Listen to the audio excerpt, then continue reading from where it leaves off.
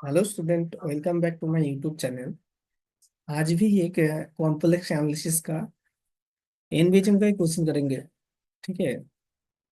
तो क्वेश्चन क्या बोल रहा है? क्वेश्चन बोल रहा है which of the following statement are true. ठीक है।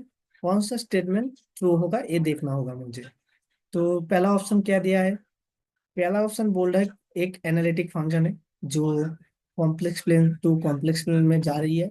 हाँ, और उसका रियल पार्ट दे दिया है E to the power X. है ना। कोई भी, हम लोग जानते हैं कोई भी कि एक एनालिटिक फंक्शन है डी टू सी। ठीक है। ठीक है, analytic function, analytic analytic function. ठीक है। तो इसका जो रियल पार्ट होता है, real real of F of Z and imaginary part, imaginary of F of Z, ये must be satisfy the Laplace equation, मतलब हार्मोनिक होता है। लैपलास इक्वेशन क्या है? Del square U is equal to zero. है ना। तो इसका रियल पार्ट देखते हैं क्या क्या गिवन है। Real part of real of F of Z equal to दिया है E to the power X. इसको मैं ऐसे नाम दे देता हूँ U equal to E to the power X. ठीक है। तो इसको क्या होना चाहिए? ये रियल पार्ट है फंक्शन का, अगर एनालिटिक है तो ये जो रियल पार्ट है इसको हार्मोनिक इक्वेशन सेटिस्फाई करना चाहिए, हार्मोनिक होना चाहिए। हार्मोनिक मतलब क्या? ये लैपलास इक्वेशन सेटिस्फाई करना चाहिए। है ना।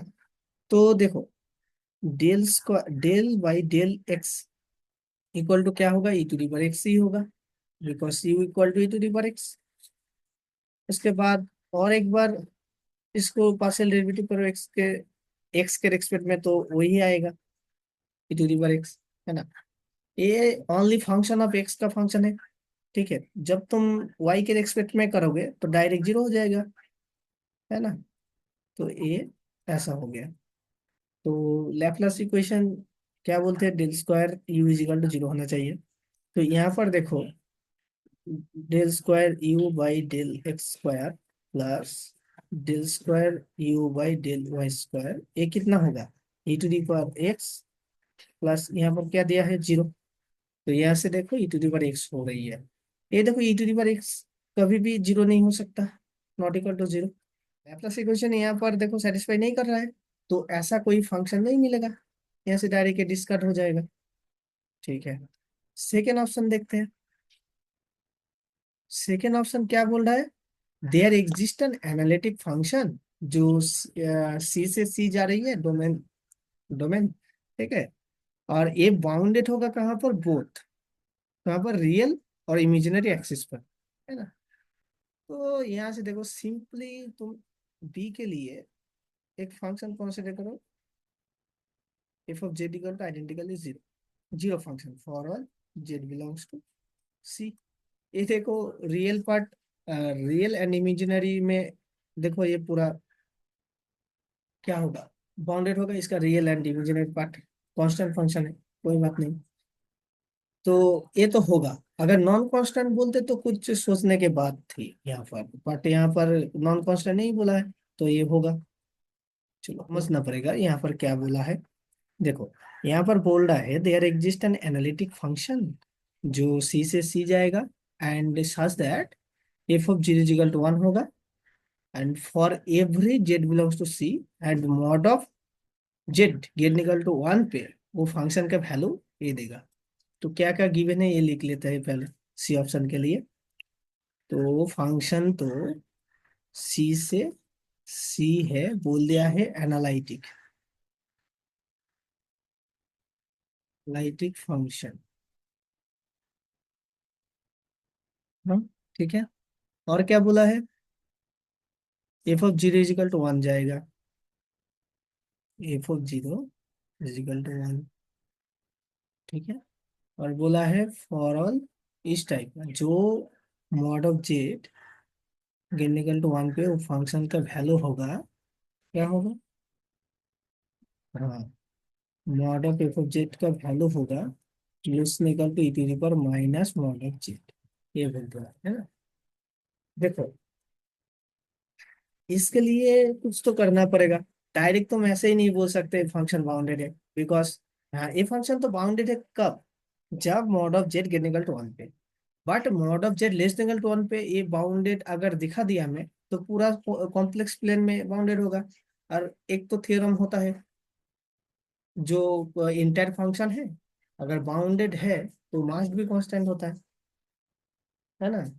तो पहले तो देखो यहाँ पर जो फंक्शन गिवन है C2C, ये एनालिटिक है, एनालिटिक फंक्शन है। और एनालिटिक एनालिटिक का मतलब क्या है, डिफरेंशिएबिलिटी मस्ट होता है। डिफरेंशिएबिलिटी मतलब क्या है, वो कॉन्टिन्यूअस होता है। अगर मैं, मुझको क्या टारगेट है, मेरा टारगेट है mod of F of Z less equal to one पे वो बाउंडेड दिखाना, तो पूरा कॉम्प्लेक्स प्लेन में ही बाउंडेड हो जाएगा। तो इसको मैं डी से रिप्रेजेंट करता हूँ, Z belongs to C such that mod of z is equal to 1।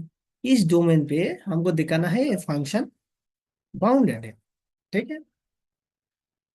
तो देखो, ये जो फंक्शन देखो एनालिटिक है, मतलब ये कॉन्टिन्यूअस है। हाँ। और ये देखो, ये जो डोमेन है ये कॉम्पैक्ट कॉम्पैक्ट सेट है ना। और एक स्टैंडर्ड रिजल्ट हम लोग जानते हैं टोपोलॉजी में, क्या बोलते हैं, अगर फंक्शन एफ हमारा कॉन्टिन्यूअस है, तो कॉम्पैक्ट सेट को कॉम्पैक्ट कॉम्पैक्ट सेट को कहाँ पर भेजते हैं, कॉम्पैक्ट में ही भेजते हैं। कॉम्पैक्ट सेट का इमेज कॉम्पैक्ट सेट ही होता है ना। और यहाँ पर क्या क्या है, यू सी है ना। तो देखो कॉम्पैक्ट का मतलब क्या है, इस जो सी टोपोलॉजी में कॉम्पैक्ट का मतलब क्या है, क्लोज एंड बाउंडेड होता है ना। यहाँ पर क्लोज एंड बाउंडेड सेट को क्लोज एंड बाउंडेड सेट में भेजेगा। तो एफ ऑफ डी का image must be must be compact होगा, है ना, कॉम्पैक्ट होगा। तो यहाँ से this implies F of Z, ठीक है, लेस देन इक्वल टू कुछ बाउंडेड होगा, एम बोल के तुम रिप्रेजेंट करो, बाउंड होगा ना, for all Z belongs to कहाँ पर, डी में, बाई कॉम्पैक्टनेस प्रॉपर्टी बाउंडेड होता है ना। तो यहाँ से देखो ये तो बाउंडेड हो गया। तो देखो पहले पहले बात तो देखो, ये जो है ये तो less than equal to one है, because a mod of Z gate equal to one पे ये क्या दे रही है, ये e to power minus Z mod of Z. तो ये तो less than equal to one है, ये एक नंबर दे दो, नंबरिंग कर दो। अरे नंबरिंग टू कर दो। तो from one and two we have mod of f of z less than equal to maximum of m comma one, ये होगा, ठीक है ना।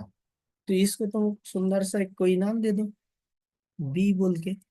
तो this implies mod of f of z, है ना, less than equal to B होगा, और ऑल जेड बिलोंग्स टू कहाँ पर, सी में। देखो ये फंक्शन बाउंडेड बाउंडेड भी हो गया पूरा सी में, और एनालिटिक भी। भाई लुईविल थ्योरम क्या बोलते हैं, वहां से ये फंक्शन क्या हो जाएगा, पूरा कांस्टेंट हो जाएगा। तो function F of Z is a constant, है ना, कांस्टेंट। तो कांस्टेंट अगर हुआ तो देखो, एक तो बोल दिया ना given F of Z is equal to one देगा, मतलब क्या है, कांस्टेंट है, तो ये function must be F of Z equal to one होगा, बिकॉज ये कांस्टेंट वैल्यू देगा ना। एक पॉइंट पे तो वन दे दिया, मतलब वही वन दे देगा फॉर ऑल जेड के लिए, for all Z belongs to C के लिए। अब देखो ये जो क्वांटिटी है यहाँ पर है ना, ये देखो स्ट्रिक्टली लेस देन वन है। और फंक्शन देखो यहाँ से क्या आ रही है, यहाँ से आ रही है वन, तो one strictly less than one. ये देखो, ये तो कॉन्ट्रडिक्शन हो गया ना, कॉन्ट्रडिक्शन यहाँ से। तो यहाँ से इस टाइप का प्रॉपर्टी जो होल्ड करेगा एनालिटिक फंक्शन, ऐसा टाइप का फंक्शन नहीं हो सकते, तो डायरेक्ट यहाँ से क्या हो जाएगा, ए भी, ए ऑप्शन भी हमारा गलत हो जाएगा। तो ओनली इसका आंसर होगा ऑप्शन नंबर बी। ठीक है।